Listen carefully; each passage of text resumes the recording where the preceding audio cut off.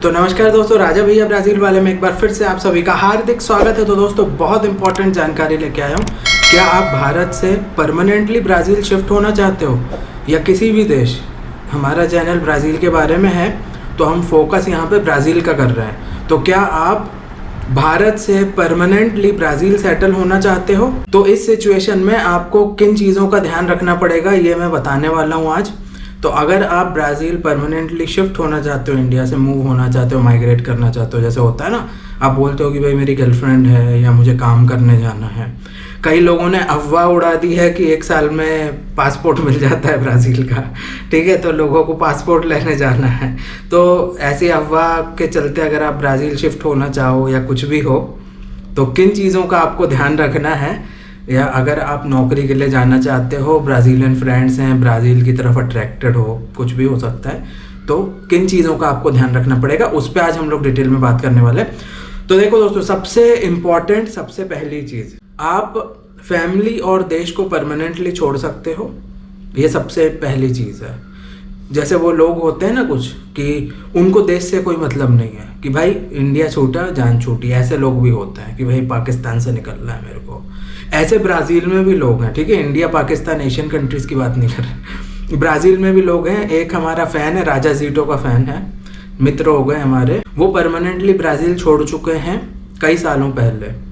तो ये होता है कि ब्राज़ील से भी लोग मूव हो जाते हैं, क्योंकि आपको पता है ब्राज़ील में बहुत सारे इश्यूज़ हैं, सैलरीज़ कम है, उसके बाद आपका क्राइम है वहाँ पे, है ना, बहुत कुछ इश्यूज़ हैं, तो लोग फर्स्ट वर्ल्ड कंट्रीज चले जाते हैं। तो ऐसे सिचुएशन में फिर यही है सबसे पहला सवाल, कि क्या आप इंडिया को परमानेंटली छोड़ सकते हो, कि भाई हमें देश से कोई मतलब नहीं, फैमिली से कोई मतलब नहीं। ये सबसे इम्पॉर्टेंट चीज़ है, क्योंकि आप परमानेंटली शिफ्ट हो रहे हो, ठीक है, 1-2 साल के लिए नहीं जा रहे आप। परमानेंटली शिफ्ट होना मतलब वहीं बस जाओगे, हो सकता है वहाँ की सिटीजनशिप ले लो, वहीं काम धंधा सब सेट हो जाए, वहीं रह लो, ठीक है। तो क्या आप परमानेंटली देश को और घर को छोड़ सकते हो? सबसे पहली चीज़ ये नोट कर लेना, ध्यान रखना, सोचना, इस पे गौर करना। दूसरी चीज़, किसी भी सिचुएशन में आप सरवाइव कर सकते हो, रह सकते हो। आप परमानेंटली देश तो छोड़ दिया, अब फॉरेन कंट्री में इंडिया जैसा तो है नहीं, है ना, हमारे पापा का तो घर नहीं है वहाँ पे, ठीक है, पापा का, चाचा का, मामा का, किसी का घर नहीं है वहाँ। तो वहाँ परमानेंटली आप किसी भी सिचुएशन में रह सकते हो।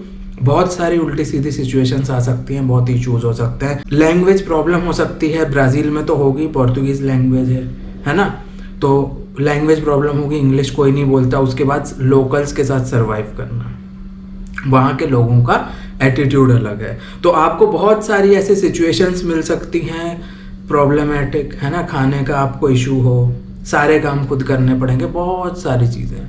किसी भी सिचुएशन में रह सकते हो, वहाँ किसी से पंगा हो गया, कुछ भी हो गया, ये सब चीज़ें ध्यान से सोच लेना, क्योंकि वहाँ जाओगे ना तो वहाँ टोटली अलग है, वहाँ हम घर से बहुत दूर जा रहे हैं अपने। तो ये सब चीज़ें आप देख लेना। इतने स्मार्टनेस हैं आप में, ठीक है, इतने गट्स हैं, इतने मजबूत हो, इतने स्ट्रॉन्ग माइंडेड हो कि किसी भी सिचुएशन में सर्वाइव कर लो।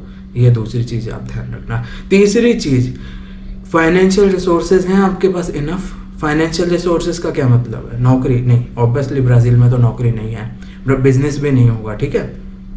तुरंत जाओगे तो तुम्हें ना नौकरी मिलनी है ना, टूरिस्ट वीज़ा पे जाओगे तो नौकरी कर ही नहीं सकते, क्राइम है वो, कोई देगा भी नहीं, ठीक है। तो ना तुम्हें नौकरी मिलनी है, ना तुरंत तुम बिजनेस करोगे। बिजनेस भी अगर तुमने स्टार्ट किया तो हो सकता है 1-2 महीने लगे। इसका ये मतलब है तुम्हारे पास अर्निंग शुरू होने में हो सकता है 2-4 महीने, 6 महीने लग जाए ठीक है। तो साल 6 महीने का फाइनेंशियल रिसोर्सेज हैं आपके पास। एक सिंपल मैं आंकड़ा बताता हूँ, आपके पास 10-20 लाख रुपए ऐसे ही पड़े हैं तुम्हारे पास उड़ाने के लिए, 10 लाख रुपए कम से कम मिनिमम, ठीक है। 10-20 लाख रुपए ऐसे ही हैं आपके पास कि आप जाओ वहाँ रहो आराम से, सब खाना पीना सब कर लो अपना, ठीक है। उसी फिर पैसे से आप कुछ इन्वेस्टमेंट करके बिजनेस कर लो, ठीक है। ऐसा है आपके पास फाइनेंशियल रिसोर्स सफिशिएंट। 1-2 लाख रुपए में कुछ नहीं होगा, वो आपका ऐसे ही ख़त्म हो जाएगा, ठीक है, ऐसे ही ख़त्म हो जाएगा, कुछ महीनों में ही ख़त्म हो जाएगा, ओके। तो ये चीज़ होता है, क्योंकि आप रेंट भी अगर सबसे सस्ता भी भरोगे तो 10-20 हज़ार रुपये मंथली आपका लगेगा, फिर खाना पीना, तो अगर 1 लाख या 1.5 लाख भी लेके जा रहे हो तो मुश्किल से 4-5 महीने 6 महीने निकल सकता है। तो हमने आपको एक अच्छा अमाउंट बताया अराउंड 10 लाख। तो उसमें क्या होगा, तुम निश्चिंत होकर वहाँ रह भी लोगे और उसमें से ही फिर आप कुछ इन्वेस्टमेंट भी कर सकते हो कि कुछ खरीदना बेचना। ठीक है, तो इनफ फाइनेंशियल रिसोर्सेज हैं, ये चीज़ पे गौर कर लेना, देख लेना। तीसरी चीज़ हो गई है ना। चौथी चीज़, आपके अंदर बिजनेस करने का स्पिरिट है। ठीक है, बिजनेस वाला माइंड है, बिजनेस करने वाला स्पिरिट, पैसा कमाने वाला वो होता है ना, चाह कि नहीं मेरे को तो पैसा कमाना है। बहुत सारे लोग होते हैं, बहुत सारे। ये जो आप बिजनेसमैन देख रहे हो, जैसे धीरू भाई अंबानी जी थे, तो आपने गुरु मूवी देखी होगी, तो कैसा था उनका कि मैं बिजनेस करूँगा, ठीक है, मैं एक्सपोर्ट करूँगा। वहाँ मेहनत करते थे, फिर इंडिया आके एक्सपोर्ट करने लगे। ये चीज़ होता है रिलेशनशिप बिल्डिंग, मुझे बिजनेस करना, ये है आपका माइंडसेट है वैसा बिजनेस करने वाला माइंडसेट। अगर आप बहुत स्पिरिचुअल हो, बहुत फिलोसॉफिकल हो, तो आप वहाँ सरवाइव नहीं कर पाओगे। होता है ना कि हम गलत काम नहीं करेंगे, हम ऐसा नहीं करेंगे, हमारे प्रिंसिपल्स हैं ठीक है, फिर आप वहाँ कैसे सरवाइव करोगे। ठीक है, यहाँ पे वो बिजनेस करने वाली स्पिरिट होनी चाहिए, पैसा कमाने वाली। ठीक है, तो आप कुछ कर सकते हो।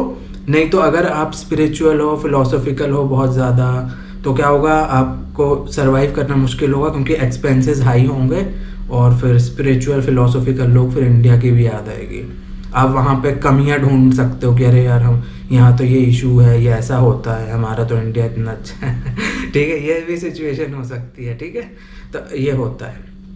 तो एक सिंपल आपको एग्जांपल देता हूँ, वो गाना था ना बीवी ना बच्चा ना बाप बड़ा ना मैया, the whole thing is that के भैया सबसे बड़ा रुपया ऐसी वाली स्पिरिट है अपना पैसा कमाने की कि सबसे बड़ा रुपया, हम कुछ भी करके पैसे कमा लें, खरीदना बेचना इधर का उधर। ठीक है, लीगल काम बोल रहा हूँ, इलीगल नहीं। ठीक है, एक्स्ट्रा एफर्ट्स दे लेंगे, बातें करेंगे, है ना, जैसे बोलते हैं ना कि गधे को भी बाप बना लेने वाली बात होती है ठीक है, diplomacy skills, communication skill, marketing skills, वो सब की हाँ भाई जैसे तैसे करके हम कमा लेंगे। और क्या होता है मार्केटिंग में, तो थोड़ा बहुत झूठ वूठ तो बोलना ही पड़ता है, मोरल वैल्यूज़ नहीं होती।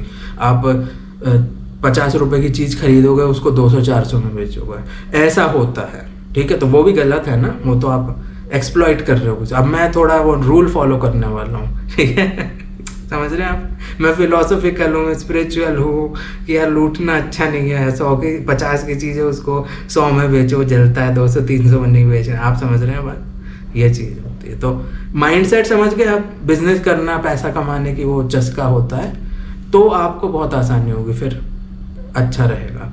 लास्ट और सबसे इम्पोर्टेंट चीज़, आप क्या एक नए कल्चर, एक नई सभ्यता है ना में अडाप्ट कर सकते हो, वो अपना सकते हो नए कल्चर को। नई लैंग्वेज है, ठीक है, वहाँ के रूल्स रेगुलेशन सब फॉलो करने पड़ेंगे। इंडिया पाकिस्तान बांग्लादेश जैसा नहीं है, यहाँ पे कभी आप रूल तोड़ देते हो तो कुछ नहीं होता, वहाँ पे आपको फाइन हो जाएगा। जैसे ट्रैफिक रूल तोड़ोगे ना, वहाँ सीधे फाइन हो जाएगा। ठीक है, बहुत स्ट्रिक्ट रूल्स है वहाँ। आप अगर ट्रैफिक जाम लगा हुआ है ना सर, ठीक है, ट्रैफिक जाम लगा है और हम लोग ओवरटेक कर करके निकाल लेते ना, साइड में से निकाल ली, ट्रैफिक जाम लगा हुआ है और तुमने अगर ओवरटेक किया उसमें, तो फेडरल हाईवे पुलिस आपको फाइन कर देती है। ठीक है, यहाँ वीडियो देखिए, फाइन कर रही है फेडरल हाईवे पुलिस जो लोग ट्रैफिक में ओवरटेक कर रहे हैं। तो ये चीज़ होती है। ओके, वहाँ बिल्कुल लीगल सोसाइटी है, वहाँ कुछ इशू होता है, कुछ कानून राइट्स वायलेट होते हैं, तो वो लोग सीधे पुलिस कंप्लेंट, कोर्ट केस, बहुत कॉमन है, कोर्ट केस कर देते हैं। ठीक है, ये कल्चर वहाँ का बिल्कुल अलग है। तो क्या आप अडाप्ट कर सकते हो new culture, new language, new rules and regulation, एक नया समाज? तो वैसा माइंडसेट है आपका, अडाप्टेबिलिटी है, तो बहुत अच्छी बात है ना। मेरी जिम्मेदारी है आपको बताना कि क्या क्या चीज़ें हैं। अगर आप छोड़ रहे हो इंडिया, छोड़ दो, नो प्रॉब्लम। आप ब्राज़ील जाएंगे तो ना मेरा उससे कुछ नुकसान हो रहा है, ना मेरा उससे कुछ फ़ायदा हो रहा है ना, उल्टा मुझे अच्छा लगेगा। आप जा रहे हो, वहाँ एंजॉय करोगे, वहाँ का कल्चर एंजॉय करोगे, खाना पीना, तो वो तो खुशी की बात है। तो मेरी जिम्मेदारी है आपको सारे फैक्ट्स लेके आना, और कोई भी जैसे वो एजेंट वेजेंट होते हैं अभी जैसे बहुत आपको ब्राज़ील में भी मिल जाएंगे, वो क्या करते हैं भेजेंगे आपको, ये लोग फैक्ट्स नहीं बताते, वो मैंने बताया ना बिजनेस वाला माइंडसेट है उनका, उनको पैसा चाहिए है, आप समझ रहे हैं। यही वाला बिजनेसमैन वाला मैंने माइंडसेट आपको अभी एक्सप्लेन किया था, उनको पैसे चाहिए तो सब अच्छा बताएंगे, मैं सब कुछ बताता हूँ आपको क्या चैलेंजेस होंगे क्या है, ऑन बेसिस ऑफ दैट उस बेसिस पे आप डिसाइड कर सकते हो। हमें कुछ लेना देना नहीं है, आपकी पर्सनल लाइफ है, आपको कहीं जाना कहीं नहीं जाना है ना, लेकिन मेरी जिम्मेदारी है आप तक सारे फैक्ट्स लेके आना। ठीक है दोस्तों, तो ये कुछ इंपॉर्टेंट 5 पॉइंट थे, ये मैंने बताया। अगर आप मूव होना चाहते हो होइए मूव, बहुत खुशी की बात है। इन 5 चीज़ों पे गौर कर लेना, पूरा रिसर्च एंड एनालिसिस कर लेना, उसके बाद फिर डिसीजन लेना, क्योंकि वहाँ जाके हमें परेशान नहीं होना। मैंने क्यों बताया ये, ताकि कोई भी मेरा भाई बहन इंडियन हो, पाकिस्तानी हो, बांग्लादेशी हो, अफगान हो, नेपाली हो, सब भाई हैं हम सब एशियन, वहाँ जाके परेशान नहीं होना चाहिए। इस वजह से मैं ये वीडियो बनाता हूँ, इसलिए आप तक सारे पॉइंट्स लेके आए इन्फॉर्मेशन, ताकि वहाँ जाएंगे तो आप किसी तकलीफ में ना पड़ो, कोई डिसअपॉइंटमेंट ना हो, है ना, कोई शौक ना लगे, कल्चरल शौक लगते हैं, है ना, वो सब चीज़ें मैंने आपको क्लियर बता दी। तो ब्राज़ील से रिलेटेड और जो भी वीडियोस है ना, मंथली एक्सपेंस, ये वो, टूरिस्ट वीज़ा, उसकी प्लेलिस्ट डिस्क्रिप्शन में है, तो वो भी देख लें। और कुछ इस सिमिलर टॉपिक पे आप वीडियो चाहते हैं तो ज़रूर कमेंट करिए, वीडियो आ जाएगा। वीडियो देखने के लिए बहुत बहुत धन्यवाद। जय हिंद, भारत माता की जय, वंदे मातरम।